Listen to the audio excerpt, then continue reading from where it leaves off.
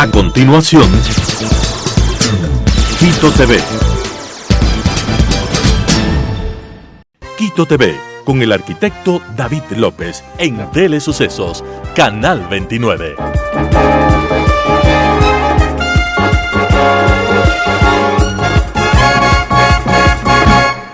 ¿Qué tal, amigos, amigas? Bienvenidos a Quito TV, el espacio de la ciudad, a través de Telesucesos, Canal 29 y 29.1 en televisión abierta, 73 en Extreme TV Cable, 43 en Claro TV, Canal 6 en Cable Unión en Alfa TV, y también nos pueden seguir desde cualquier parte del mundo en lo que es www.telesucesos.net.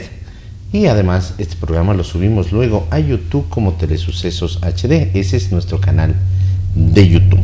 Tenemos el día de hoy la presencia de la doctora Lourdes García y vamos a hablar de un tema que es muy interesante porque tiene que ver con lo que es el vapeo. En la última década, los cigarrillos electrónicos que contienen nicotina se han convertido en la modalidad de administración de tabaco y nicotina más popular entre los adolescentes e incluso niños. Lourdes García López, médico y catedrática. Ella dice que el aumento de la popularidad de estos dispositivos ha coincidido con un brote de lesiones pulmonares relacionadas con el vapeo. Doctora, bienvenida. A diferencia de lo que se piensa, porque del tabaco, del cigarro normal, digamos, que se hablaba y decía, no, si tú te pasas al vapeo, posiblemente, o se hablaba en un inicio, prácticamente no va a haber ningún tipo de complicación de salud. ¿Es eso así o los datos nos demuestran lo contrario? Gracias, David. Buenos días a todos. En realidad no es tan así. El cigarrillo electrónico tiene una historia aproximadamente de unos 25, 30 años. Entonces, en este tiempo sí ha demostrado tener efectos perjudiciales sobre la salud. No tenemos estudios que se hayan realizado a largo plazo. Entonces, todavía desconocemos muchos de los efectos que pudieran provocarse con una exposición prolongada. Y estoy hablando de 15, 20, 30 años. A diferencia de lo que tenemos con el cigarrillo convencional, que sabemos que es una de las causas prevenibles de muerte y que ha provocado muchísimas muertes en la historia de la humanidad desde que fue descubierto. Entonces, no es tanto así como que los dispositivos electrónicos no produzcan daño. Sí producen daño. De hecho, en el 2019, en los Estados Unidos, en abril de 2019, un poco antes de la pandemia del COVID, hubo un brote de lesiones importantes en jóvenes, en adolescentes y jóvenes en los Estados Unidos. Lesiones pulmonares. Lesiones pulmonares importantes. Actualmente se denominan EVALI. ¿Sí? Que en inglés son las siglas para lesión pulmonar asociada al vapeo. Es decir, esto tiene incluso ya un término médico y científico. Exacto. Tiene que relación, en este caso, con el vapeo. Sí, ya tiene un término médico, ya tiene un término científico. Tenemos, hubo esta gran cantidad de casos de chicos, varios murieron, aproximadamente 70, infelizmente fallecieron. Entonces, lo que se encontró fue que hubo lesiones de forma aguda. El cigarrillo común y corriente me produce lesiones a largo plazo. Necesitamos una exposición de 15, 20, 30 años. En estos fueron con exposiciones de semanas o meses, ¿sí? Se produjo algo que se denomina distrés respiratorio. Para que me entiendan lo que es el distrés respiratorio, las lesiones y la dificultad respiratoria muy similares a las que tuvieron los pacientes graves de COVID en el peor pico de la pandemia. Entonces, lesiones agudas que llevaron a distrés, que necesitaron oxígeno, necesitaron intubación, ventilación mecánica y que a largo plazo tal vez les pudo haber dejado a estos chicos afectados con necesidad de oxígeno domiciliario, con fibrosis pulmonar o con muchas secuelas. Entonces, sí tenemos asociación. Lo que se encontró fue que en los pacientes, en las biopsias de los pacientes que habían fallecido y que habían sido afectados, encontraron varios componentes que estaban incluidos en el líquido que se utiliza para el vapear, especialmente tetrahidrocannabinol y derivados de la vitamina E. Y eso se encontró en grandes cantidades, seguramente. En cantidades, dependiendo de cada uno de los casos, sí. Pero son sustancias nocivas. Son sustancias nocivas. Hay algunas sustancias que componen el vape, el líquido para vapear, que no están catalogadas como nocivas, pero para la ingestión por boca, ya sea para beber Ajá. o para comer. Ahora, para inhalación es muy diferente. En la vía aérea fisiológicamente está diseñada únicamente para respirar aire, ¿sí? Entonces no debería entrar ahí ningún tipo de vapor, de gas, algo que no fuese esto, porque van a producir lesiones. Entonces, algunos de estos compuestos, como por ejemplo la glicerina, que es parte del compuesto base, en realidad al aire ambiente no es un compuesto lesivo, un compuesto que se puede tranquilamente digerir, pero por la vía digestiva, ¿sí? Ahora, por la vía respiratoria ya es muy diferente. Claro, ahora los dispositivos electrónicos, los cigarrillos electrónicos, estos vapor, el tema de vapeo seguramente nació como una buena iniciativa para permitir a la gente que fumaba mucho o que fuma mucho poder ir descontinuando ese consumo de la nicotina a través del tabaco, pero seguramente en ese camino faltó el segundo paso, porque la idea tengo o la creo y un poco la he leído era para descontinuar, es decir, no que se pasen de lo uno al otro, sino Exacto. ir en un tema progresivo de dejar el cigarrillo normal o de dejar la nicotina, de pronto, digámoslo así, a través de esta otra fuente que les iba dando seguramente también el mismo efecto en un inicio, pero la cuestión era dejar, y seguramente faltó el segundo paso, y es así que ahora, por ejemplo, en estaciones de servicio, donde antes veíamos lleno de cajetillas de cigarrillos, del cigarrillo normal, si lo podemos llamar así, ahora lleno de algo que le vemos parecido, pero son los vapers, son las sustancias para el vapeo. Exactamente. Aproximadamente en el año 2003, si mal no recuerdo, se creó estos dispositivos. Un farmacéutico chino fue quien lo creó. Honlink, aquí veo, ¿no? Sí, porque, bueno, su padre era un fumador muy asiduo y ya tenía un cáncer de pulmón importante, estaba progresando y aún así no dejaba de fumar. Entonces, él quería crear una alternativa para las personas que tienen el problema de la adicción a la nicotina. La idea en realidad no fue mala, totalmente mala. Ahora, a lo largo de este tiempo, pues las compañías tabacaleras, que vale la pena decirlo, son las dueñas de muchas de estas compañías que crean los vapes. Actualmente fueron añadiéndole cantidades de nicotina cada vez más altas. Entonces, ahora tenemos que los líquidos que se utilizan para vapear tienen entre sus componentes más importantes una gran cantidad de nicotina. Entonces, esta nicotina, que está en mucha mayor concentración que en una cajetilla de cigarrillo, porque el líquido viene por ml, puede venir una presentación de 30, 60, 100, etcétera. Entonces, aproximadamente tiene una concentración de 36 miligramos de nicotina por cada ml. El cigarrillo común y corriente va a tener entre 10 y 15 miligramos de nicotina por cigarrillo.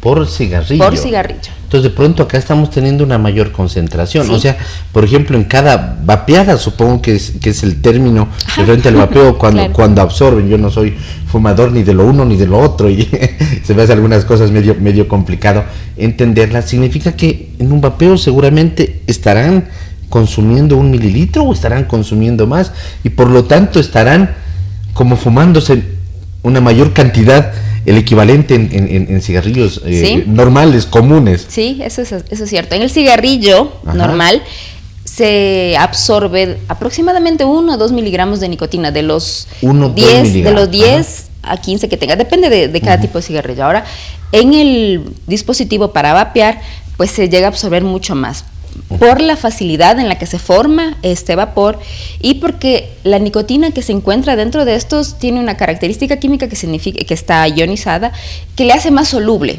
y hace que esta entre con mayor facilidad y se encuentra disponible dentro del torrente sanguíneo en mayor cantidad. Se llama biodisponibilidad, tiene una biodisponibilidad un poco más alta. Entonces, por eso es que se ve que ahora las personas que están utilizando mucho estos dispositivos van a tener un proceso un poco más corto de adicción. O sea, me refiero, tienen un proceso corto que les lleva a la adicción, a diferencia de los cigarrillos habituales que necesitan un poco más de tiempo para producir adicción. Claro que esto depende de cada uno, ¿no? Es muy diferente dependiendo de cada una de las personas, de la genética propia, etcétera. Pero genera adicción en un corto periodo, a diferencia del cigarrillo habitual. Claro, el asunto es, como usted dice, las tabacaleras, que son los mismos dueños del tema ahora del vapeo, o de mucho, por no decir de la totalidad, claro.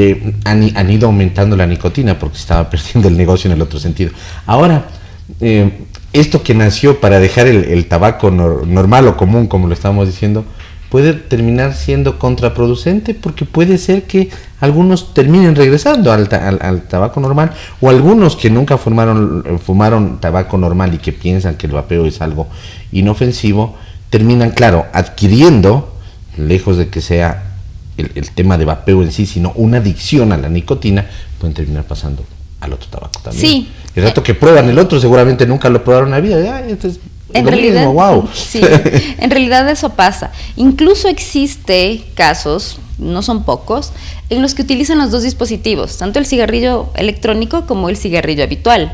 Entonces están doblemente expuestos al doble de sustancias nocivas, y en realidad, pues infelizmente, como los dispositivos son agradables a la vista, desprenden olores agradables, tienen una publicidad que genera un impacto en el cerebro de los jóvenes. Es como más socialmente aceptado. Exacto. Incluso en una reunión le vemos a alguien que está con vapeo, entonces sigue, ¿no? Porque ahora vemos a alguien con tabaco normal, por favor, afuera, por favor. Sí, así es. Ajá. Tenemos legislaciones que aquí en el Ecuador no nos dejan, o está prohibido fumar por lo menos en edificios públicos, pero estamos hablando de cigarrillos, no estamos hablando de dispositivos electrónicos. Falta una legislación. Exacto. Entonces no tenemos aquí una legislación todavía apropiada para regular la comercialización, el uso en lugares públicos, en colegios, escuelas. Obviamente en los colegios pues no les permiten, pero tenemos muchos dispositivos que no generan olores. Entonces los chicos van al baño, vapean un rato y salen y no pasó nada. Claro, de pronto hasta no como huele. Travesura lo pueden estar haciendo hasta en el aula, ¿no? Ya sí. Se descuida el profesor. Ahora, antes hablábamos, dentro del cigarrillo normal, los fumadores pasivos, los que estaban alrededor de quien estaba fumando, y claro, se detectaban muchos casos de gente que tenía problemas pulmonares porque toda una vida vivió al lado de alguien que fumaba. ¿Existe el término fumadores pasivos también que puedan... en estos productos del vapeo, que además algunos, como ustedes dicen, no causan olor, pueden estar también absorbiendo a través de ese humo de lo que se emite el vapeado, la acción de vapear, también ingiriendo esas sustancias? Sí, existe esta exposición de segunda mano a las sustancias. Claro, siempre va a ser mayor el daño a la persona que está utilizando el dispositivo. Sin embargo, hay esta exposición.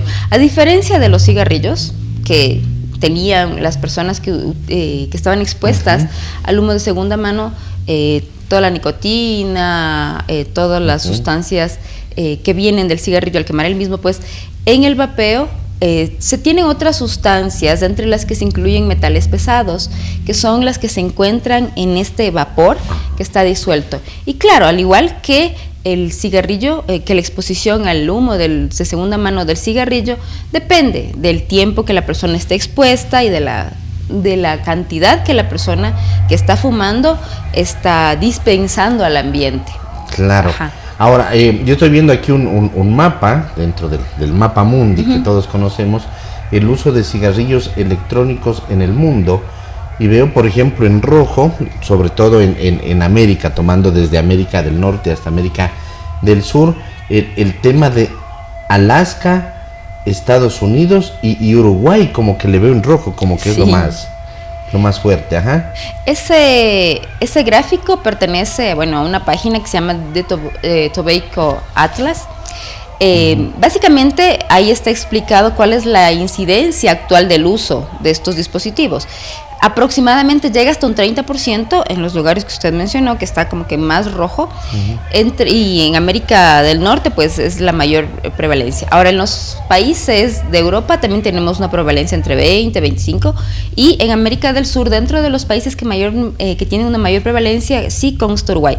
Esto también es con los cigarrillos habituales, con los cigarrillos normales, no únicamente con los cigarrillos electrónicos. Que dentro de los países que más fuman en América del Sur se encuentran Argentina y Uruguay. Sin embargo, aquí en el Ecuador, y si usted puede ver, está como una coloración tomate. Ya es un salmón más oscuro. Exacto. O sea, es decir, está incluso un poquito más fuerte que el de Argentina, le veo yo. Ajá. Sí, Entonces, tenemos una prevalencia aproximadamente de un 20% de los datos que se conocen. Ajá. Ajá. Y hay sitios dentro de América del Sur, por ejemplo, veo en Brasil, pero debe ser porque existe todavía o no existe todavía un desarrollo, digamos, de este vapeo, o la gente todavía está en lo que es el cigarrillo, ¿no? En realidad es porque ahora en el Brasil ellos ya tienen, una legislación que está prohibiendo la compra, la venta, infelizmente el uso no, pero la compra y la venta, la comercialización libre de estos dispositivos está prohibido en el Brasil. Entonces, no es que no lo usen, lo usan, y también no tenemos, exacto, y no tenemos tantos datos todavía de la región, pero sí hay una legislación que se está fortaleciendo con respecto al uso de los entendería, por ejemplo, que en Europa está pasando lo mismo, en ciertos países como España, como Portugal, como Francia, como Alemania y Bélgica, estoy viendo que están en gris, significa que existe de pronto una legislación fuerte, incluso de pronto hasta de la Unión Europea en sí, pero por ejemplo en Italia le veo que es fuerte, seguramente les falta una legislación, ¿no? Y hacia Asia, donde comúnmente ha sido, por ejemplo, en China, sobre todo el uso del cigarrillo normal, de alta exposición, digamos, y de altos porcentajes, le veo que, por ejemplo, está en gris. Seguramente ellos o no se pasaron o también hicieron una legislación fuerte. Probablemente ambos, y también no sé si se tienen datos totalmente certeros de esa región, pero sí pueden tener. De pronto, sí, claro, no hay una data todavía. Ajá. Ahora, usted ya habló un poquito en Ecuador, lo que sucede, una falta de legislación, el consumo va en aumento, ya lo hemos dicho, estamos en relación a otros países hermanos o vecinos de la región un poco altos o llegando a eso. ¿Qué cifras podemos hablar básicamente en Ecuador? Porque también se han hecho estudios, por ejemplo, en los colegios, en el bachillerato. Claro. Ahora, infelizmente no tenemos una gran cantidad de datos aquí en nuestro país. Algunos médicos, neumólogos, como es en mi caso, en el Centro de Especialidades Respiratorias, hicimos un estudio el año pasado en los chicos del bachillerato, aproximadamente en 2.200 muchachos, entre Quito y Guayaquil. De acuerdo. Entonces, lo que queríamos saber era básicamente la prevalencia del uso de estos dispositivos entre ellos. Y encontramos en este grupo, que en realidad no es despreciable para un estudio con fines académicos médicos, encontramos que por lo menos un 80%, casi un 80%, 79%, ya habían estado expuestos de alguna forma de publicidad, de alguna manera. Es decir, conocen, es decir, claro, saben lo que es un vapor y saben. Exactamente, lo conocen. De estos chicos, de estos 2.200, aproximadamente el 30%, 29.3% si mal no recuerdo, ya habían experimentado por lo menos una vez. Y teníamos un grupo de un 8% que nos da aproximadamente unos 188 chicos que lo estaban utilizando de forma activa. Ya estaban utilizando el vape de forma activa. De edades variadas, entre 12, 13, 14 años hasta la edad de bachillerato. Entonces, sí, claro. Y esta es una muestra, como le digo, es una muestra representativa de chicos aquí en Quito y en la ciudad de Guayaquil. Claro, tenemos que complementar con mayores estudios, con estudios de ser posible a mayor escala y en una población un poco mayor, tal vez en la población universitaria, que es en donde se usa también en gran cantidad. ¿Cómo funciona el cigarrillo? ¿Es básicamente calienta un líquido? ¿Es el líquido que ya tiene diversas sustancias que algunas ya las hablamos que terminan siendo las tóxicas? ¿Es eso? Sí. Anatómicamente, bueno, depende de qué generación tengan, porque cada una es como 1, 2, 3, 4 generaciones. Exacto. De qué tan modernos sean. Inicialmente, literalmente tenían una forma de cigarrillo, ¿sí? Y después fueron cambiando a dispositivos como tanquecito en el que está el líquido. Como que fuera un perfume. Exacto. Una cosa así. Incluso en los que tienen unos pods, como los de café. ¿Ya? Entonces, depende. Pero la conformación siempre va a tener un líquido que es la base, el que va a dar el olor, el sabor, el vapor, que en realidad no es un vapor porque no es de agua, ¿sí? Y una fuente de energía. Entonces, la fuente de energía es una batería, depende, ¿no? Puede estar hecha de litio, puede tener estaño, puede tener arsénico incluso, o placas metálicas a su vez que van a calentarla, que van a calentar este líquido. Entonces, el líquido, como le dije, tiene una base de glicerina o otra sustancia que se llama propilenglicol. A esta se le añade primero la nicotina en grandes cantidades, se le añade saborizantes, humectantes. Entonces, para que una sustancia pues tenga olor, tenga sabor, necesita que esté ahí algunos tipos de alcoholes, derivados de la vitamina E, formaldehído y demás. Entonces, esta batería o estos metales van a calentar este líquido que, como le digo, inicialmente muchos de estos compuestos podrían no ser tan peligrosos al ser ingeridos por la boca, pero cuando se calientan ya se produce una degradación térmica de los mismos y hay cambios de las estructuras, incluso se forman otras sustancias que pueden ser consideradas tóxicas, como el formaldehído, y algunas incluso que se conoce que son cancerígenas, ¿sí? Entonces, tiene mucho que ver no solo el contenido, sino la degradación térmica. Y pues, al ser la batería de litio, también podemos tener alguna expulsión de pequeñas cantidades de metales pesados dentro del vapor. Entonces el vapor estaría conformado por alcoholes, por formaldehído, por el propilenglicol y la glicerina que se degradan, por derivados de la vitamina E, y también se estaría sumando algo de metales pesados que vienen de las placas metálicas o de la batería. De la batería. Efectos en el organismo, estoy leyendo aquí en el boletín: toxicidad oral, la toxicidad nasal, la toxicidad pulmonar y la toxicidad cardiovascular. Exacto. Entonces, de los que conocemos, pues, a nivel de toda la vía aérea, desde la parte superior, desde la nariz, ¿sí? Tengo alumnos que me han preguntado, pero doctora, si yo solamente estoy jugueteando con el vapor a nivel del agua, sorbo y soplo, alguna cosa así. Entonces, ¿cómo me va a producir daño a nivel pulmonar? La cuestión es que todo el epitelio que está recubriendo la vía aérea desde la nariz hasta el pulmón es muy parecido, no es que esté separado, es un continuo. Claro. Entonces, claro, obviamente si tengo el vapor mucho más tiempo en la nariz y en la boca, pues se puede lesionar más. Inicialmente se producen cambios de tipo irritativo e inflamatorio. Cuando se prolongan un poco más en el tiempo, sobre todo en la nariz y en la boca, se dañan las células del epitelio, se inflaman, y la fuente, la molécula de información más importante que tienen las células, que es el ADN, también se daña.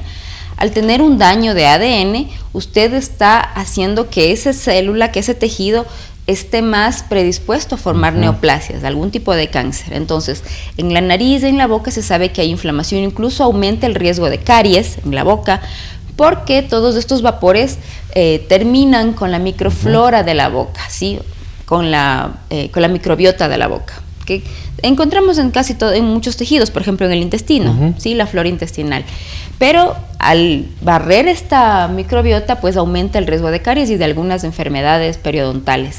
Ahora, también tenemos más abajo la lengua, la garganta, la parte de las vías respiratorias, tráquea, bronquios y pulmón. En el pulmón, como le dije, infelizmente se produce más esto que se denomina EVALI, que tenemos, en realidad hay varios casos. Y además de esta toxicidad pulmonar, tenemos casos de reportes de toxicidad cardíaca, cardiovascular. Aumenta el riesgo de arritmias, aumenta el riesgo de infarto agudo del miocardio, básicamente por la cantidad de nicotina que se está dando, ¿sí? Aumenta el riesgo de aterosclerosis y demás. Para nosotros tener una relación directa entre la causa, el vapeo, y el efecto, daño cardiovascular, por ejemplo, necesitamos a largo plazo más estudios en la parte científica. Entonces, para decir sí, el vapeo produce infarto, entonces sí, el vapeo produce... Está directamente... Exacto. Tenemos indicios por el momento, ¿no? Que mientras ha aumentado el consumo de los vapeadores, como que ha aumentado, por ejemplo, cuando se dio el riesgo de las lesiones pulmonares, pero claro, faltan estudios que determinen sí, por esto mismo fue. Exactamente. Pero imagínense, ya tenemos un tiempo de estudio tal vez de unos 10 años, y en este tiempo hemos encontrado muchísimas lesiones. Entonces, generalmente este tipo de estudios para que nos indican alguna relación directa entre causa y efecto, pues toman su tiempo. De todas formas, ya estamos encontrando daño a nivel de la parte de la vía aérea superior, daño a nivel de la boca, daño a nivel pulmonar, el cual está totalmente documentado, y algunos tipos de daño todavía a nivel cardiovascular, de los cuales todavía estamos en estudio, se están revisando y demás, pero existen ya varios reportes. Ajá. Doctora, muy bien. Además, esto es una lucha también constante contra grandes multinacionales que se dedican a la elaboración de estos vapeadores. Como usted lo dijo en algún momento, son además las mismas empresas que están con el cigarrillo, que tampoco ha desaparecido el cigarrillo normal. En nuestro país vemos mucho también de ese cigarrillo que entra por contrabando, incluso con menores precios, lo que hace que aumente además el consumo, pero indudablemente por lo menos los indicios nos hablan de que esto termina siendo nocivo, y por eso creo que lo primero es necesario el que exista una legislación, ¿no?, que controle, que regule, que hayan políticas de salud relacionadas con el consumo, en este caso de vapeadores. Ajá. Doctora, sí, es lo más importante por lo pronto. Le queremos agradecer mucho. Igualmente, David, muchas gracias por la invitación. Muy bien, amigos, hemos estado con la doctora Lourdes García, neumóloga, es usted, ¿no es cierto? Y hemos estado hablando de lo que es el vapeo en el Ecuador, el uso de los cigarrillos electrónicos, cuál es la toxicidad que presentan, cuáles son los indicios que determinan si están haciendo bien o mal a lo que es el organismo. De eso hemos hablado en la entrevista del día de hoy. Les esperamos en una próxima ocasión. Que pasen bien. Felicidades. Las opiniones vertidas en este espacio por la producción y dirección del programa son de exclusiva responsabilidad de sus autores y de quienes intervienen en ellos.